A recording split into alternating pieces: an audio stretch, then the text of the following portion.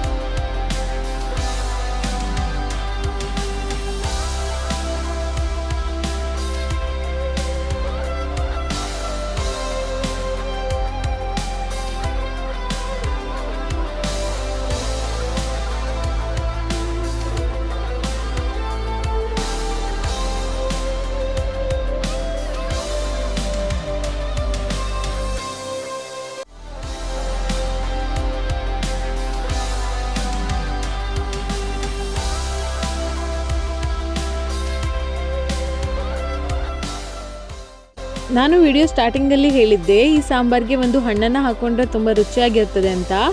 ಅದು ಯಾವ ಹಣ್ಣು ಅಂದರೆ ಪಪ್ಪಾಯ ಹಣ್ಣು. ಇದನ್ನು ಕುಯ್ತಾ ಇದ್ದೀವಿ ನೋಡಿ.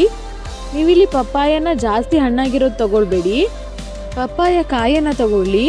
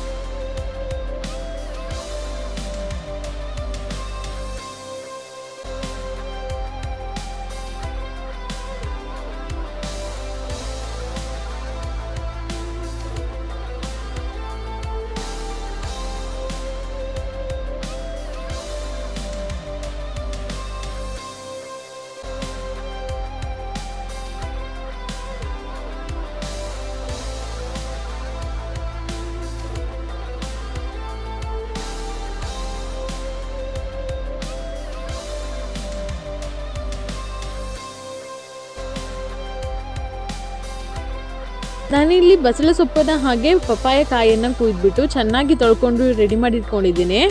ಸೊ ಇದನ್ನು ಇವಾಗ ಒಂದು ಪಾತ್ರೆಗೆ ಟ್ರಾನ್ಸ್ಫರ್ ಮಾಡ್ಕೊಳ್ಳೋಣ. ನಾನಿಲ್ಲಿ ಇದನ್ನು ಕಟ್ಟಿಗೆ ಒಲೆಯಲ್ಲಿ ಮಾಡ್ತಾ ಇದ್ದೀನಿ, ಯಾಕಂದರೆ ಕಟ್ಟಿಗೆ ಒಲೆಯಲ್ಲಿ ಮಾಡಿದರೆ ತುಂಬ ರುಚಿಯಾಗಿರ್ತದೆ. ಇದು ಸ್ವಲ್ಪ ಬೇಯುವಷ್ಟು ನೀರು ಹಾಕ್ಕೊಳ್ಬೇಕು. ಇದನ್ನು ನಾನು ಒಲೆ ಮೇಲೆ 2 ನಿಮಿಷ ಬೇಯಲಿಕ್ಕೆ ಇಟ್ಕೊಂಡಿದ್ದೀನಿ.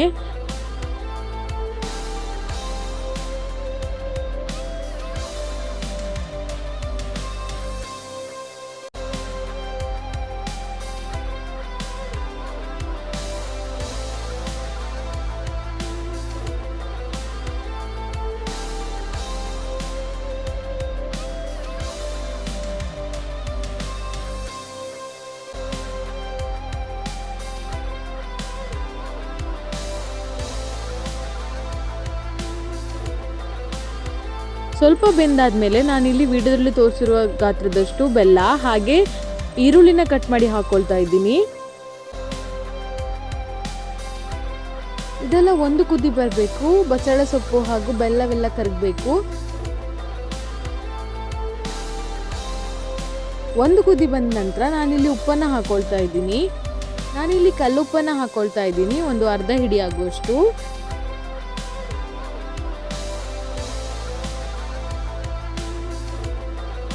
ತರಕಾರಿ ಎಲ್ಲ ಚೆನ್ನಾಗಿ ಬೆಂದ ಮೇಲೆ ನಾನಿಲ್ಲಿ ಮಸಾಲಾನ ಹಾಕೊಳ್ತಾ ಇದ್ದೀನಿ.